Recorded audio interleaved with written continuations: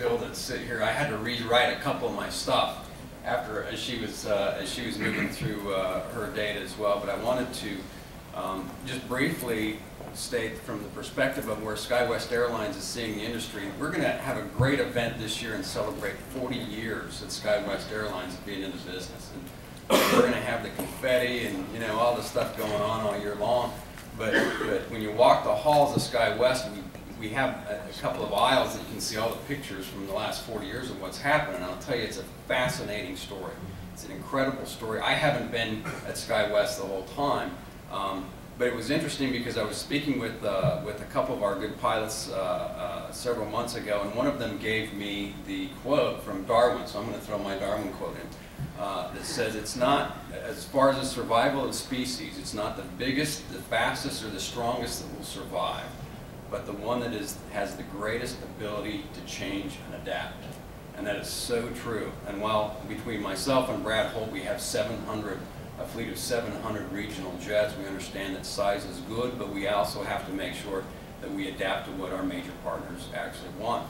In 40 years at SkyWest Airlines, we've developed some extremely good skills, but we're not necessarily seeing, as of late, but we continue to evaluate if those skills or those talents are not of use to the major partners or to the communities, they're absolutely no good, no matter how good you are at it.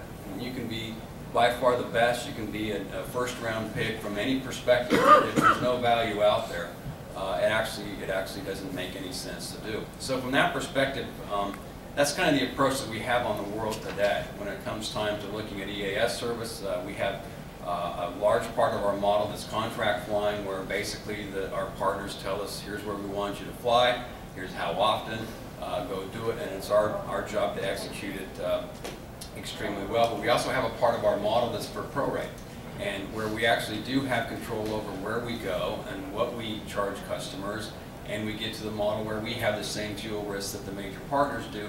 And while that's about 15% of our model, it's very valuable to us more than anything, just because not only are we trying to make money on it, but it helps keep us anchored in the perspective of our partners in the local communities to make sure we are responding in a way that's going to make the math work, if you will.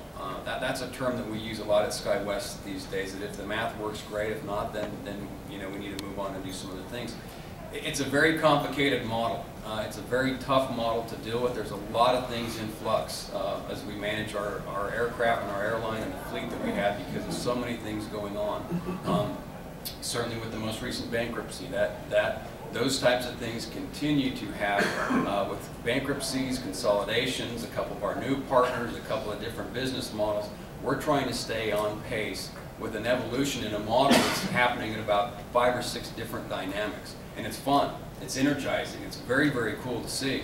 But at the same time, we need to make sure that we stay focused on what really does make sense. I echo the comments of both Alex and Kelly, and especially Kelly, because given the fact that we have a large portion of our fleet that's 50-seat aircraft, and we do not have a manufacturer making any more 50-seat aircraft, that's a very big problem for our industry. It's a problem also for manufacturers, because when you look at the demand, when you look at the EAS stuff, there's that much uncertainty out there, and to make the capital commitment to build a new fleet or to do something different there, that's a very, very big challenge. From that perspective, while we see our fleet is continuing, particularly our 50-seat fleet continuing to age, we also see that the regional industry is going to still continue to grow into larger aircraft. I think that from where we sit today, the major carriers are very, very motivated by dual-class configuration of aircraft, it being, as Alex said, either an ATR or Q400 with turboprops. There's no question that when you look at the math of the fleet from the United States perspective, there's going to need to be some adjustments there, if you will, and that's fantastic. Our larger aircraft, our 700s and 900s, do a phenomenal job. We love, we take great pride in flying a 700 in and out of Aspen several times a day in the middle of winter.